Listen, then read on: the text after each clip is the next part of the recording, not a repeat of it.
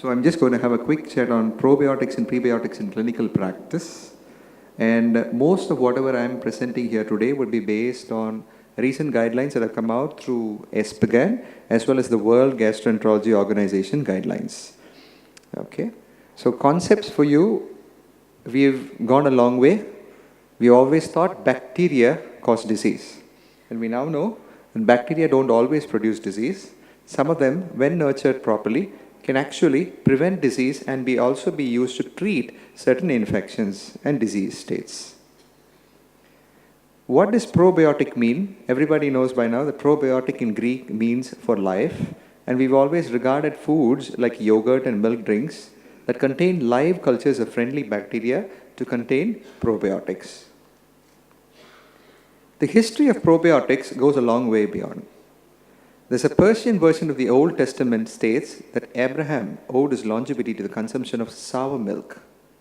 And 76 BC, Roman Plinius has also recommended sour milk for the treatment of gastroenteritis. So our old grandmothers were not wrong when they started using curd and sour milk for gastroenteritis. But scientifically, it is only Eli Mechnikov who actually demonstrated the presence of Lactobacilli in yogurt, saying that yes, there are indeed bacteria in the gut, and that also increases longevity of the host. A scientific definition of probiotic is very important for all of us to know. There are three important things. One is probiotic is a product that contains live microorganisms, so they should be viable. So if you have a product which contains spores, it is not a probiotic. Number two, they should be in sufficient numbers, and the numbers should be sufficient enough to alter the microflora of the host in order to cause a benefit to the host. So when only all three definitions, three things are satisfied, you will be calling it a proper probiotic. So what is a prebiotic? Prebiotics are essentially some form of undigested fiber. So they form basically the food for the probiotics and the bacteria or the microbiota. And symbiotics are products which contain a combination of probiotics and prebiotics. And one example of an ideal symbiotic is breast milk, which contains some form of oligosaccharides as well as bifidobacteria. So if you look at the digestive tract of the fetus is sterile. And in a couple of days, in a week's time, it becomes colonized. By the time you're adult, you have almost 10 to the power of 14 microorganisms. The predominant mycobacteria, the predominant organisms are Lactobacilli, which are there in the duodenum and the ileum, and bifidobacterium are the type of bugs that live in your colon. The intestinal ecosystem is a very, very, what we call a huge organ system, which is the potential of which is getting realized only in the recent years. Everybody knows about the respiratory system, the GIT, but nobody has thought about the intestinal ecosystem as a separate organ system. In fact, if you look up immunologists, a lot of people are actually looking at the gut immune system as a very huge organ system and how it could actually influence disease. So the number of live bacteria inside your human microbiome are going to influence how you are going to lead a healthy life. And if you have dysbiosis, you can get into disease states. Right. So not all probiotics are produced equal. So why can't we just take yogurt or take a commercial fermented milk? Because all of these will contain probiotics, but they may not contain the probiotic strain which is meant in the correct dose to exert a beneficial effect for your particular disease state. So yes, they all contain some form of probiotic, but they are all not produced equal. So when you choose a strain, you have to choose a particular strain which is recommended for a particular indication and give it in the correct dose for you to get a benefit that you require. So an ideal probiotic also should survive the stomach acid and bile. And what are the indications that are being claimed, or what are the indications in clinical practice? They are large and numerous, and trust me, if you look at actually the number of indications that are being proposed, and if you look at probiotics in PubMed, you have anything ranging from otitis media to migraine to and even cardiac conditions. So let's look at the described guidelines. So I'd like to say that these World Gastroenterology proposed guidelines, the first author seems to be one of my professors, Dr. Don Cameron, and I'm very happy to say that one of our other colleagues here, Dr. Neela Mohan, has also been part of that proposed recommendations. So we are going to look at the commonest indication when we use probiotics, acute watery diarrhea. So this is probably the best established indication for probiotics administration in childhood. So a position paper also again tells you these effects of the probiotic are strain specific. So when you say, okay, let us say a Lactobacillus rhamnosus GG is useful in acute watery diarrhea, it doesn't mean that anybody else who comes to you and markets a Lactobacilli containing probiotic will do the same. What are the IOP recommendations? The IOP recommendations were published way beyond about 14 years ago. So therefore, they need to be updated and these cannot be followed any longer. But nobody follows them, do they? Are we all using probiotics? This is a hospital-based study which was conducted recently, and that found that the major change in what is happening is that compared to the WHO guidelines, actually a lot of practitioners are using probiotics, and that is the major deviation from the WHO. So all of us have already started using probiotics. In a way, I think it is good because we already stopped using antibiotics for acute watery diarrhea, and there is a change for the better. We started using probiotics. What we need to do is to use the right probiotic. So in acute watery diarrhea, so many meta-analyses have shown that if you use Lactobacillus rhamnosus GG, you would reduce the duration of diarrhea by about 3/4 of a day. So if you use Lactobacillus rhamnosus GG in the right dose, you would reduce rotaviral diarrhea by about 3/4 of a day. This 3/4 of a day may not be a great thing for someone who can't afford Lactobacillus rhamnosus GG, but if you had somebody who is purging and if you had the parents breathing down your neck, it makes a huge difference if you stop diarrhea by 4¼ days versus another day. The other probiotic that has been described to be very useful in acute watery diarrhea is Saccharomyces boulardii, and a bit of history for all of you.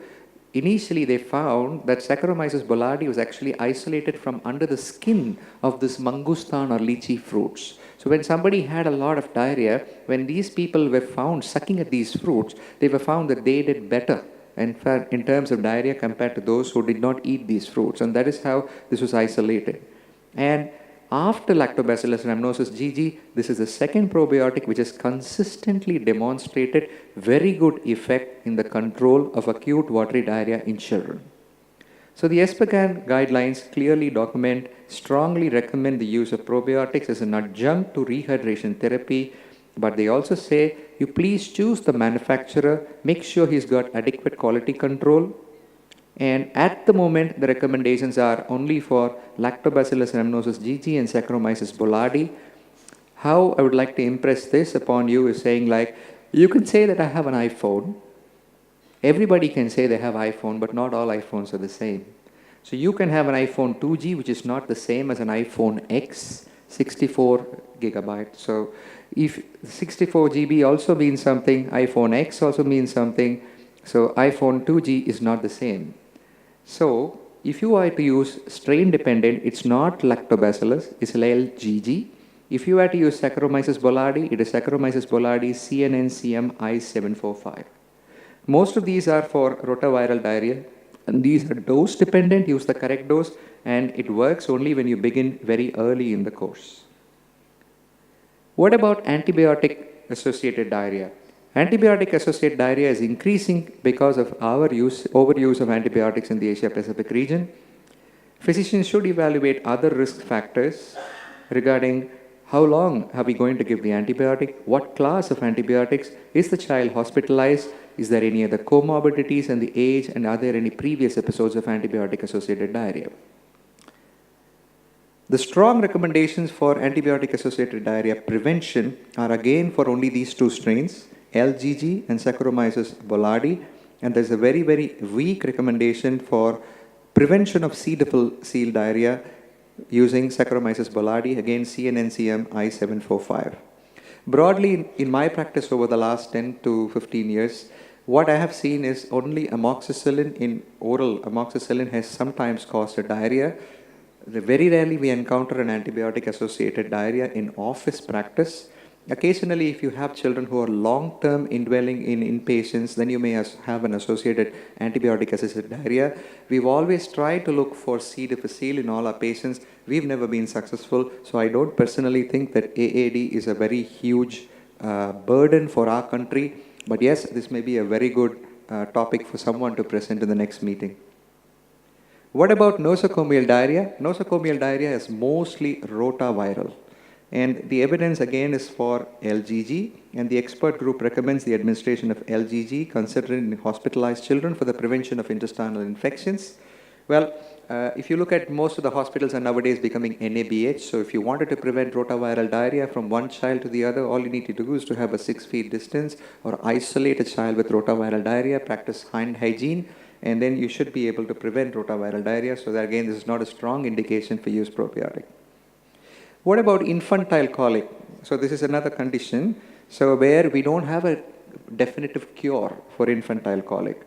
So the data again recommends a very weak recommendation for a probiotic called Lactobacillus reuteri, DSM 17938. And this is possibly the most effective strain in trying to reduce colic. If you go through actually the studies that are there, they tell you that the colic probably reduces by about, it'll take 5 days or 10 days earlier to reduce colic if you use this probiotic consistently for 21 days in exclusively breastfed children. So for those who are not exclusively breastfed, the data is not yet there to tell you that this works beautifully, but it is believed that the data will emerge. Okay. What about NEC? This is again another place where all pediatricians are. There was, I think, places when the neonatologists started using probiotics suddenly, and then suddenly they said they won't use. So the actual evidence is a bit mixed. So at present, the WGO guidelines are actually recommending that since the evidence is a bit mixed, do not jump in and use everybody to reduce NEC. There was some evidence to suggest that in very, very extremely low birth weight infants, it does prevent NEC. How about H. pylori infection? This is again a very, very weak recommendation. The argument being that since it is very difficult to eradicate H. pylori, adding a probiotic may improve the eradication rate and especially reducing the risk of therapy-related diarrhea, which is again antibiotic-associated related diarrhea. Inflammatory bowel disease, there is no proven role in active IBD, but there may be a role for a probiotic called VSL3, which is a combination of probiotics in pouchitis. So finally, these are the summary and take-home messages that you would like to take in one slide. What I'd like to say is AGE, acute viral gastritis, is probably the best recommendation where you have moderate quality and strong evidence, and you should consider only LGG and Saccharomyces boulardii, CNMCM, I745. In antibiotic-associated diarrhea, prevention, yes, it may be considered. C. difficile diarrhea is not a huge burden in our country. There is weak evidence to recommend Lactobacillus reuteri in infantile colic. And the rest of the evidence, if you look at even NEC, they say a decision should be discussed with the parents. May I depart with the final slide, telling you again, remind you again, everybody uses probiotics, but be sure which probiotic to choose. iPhone 2G is not the same as iPhone X. Thank you.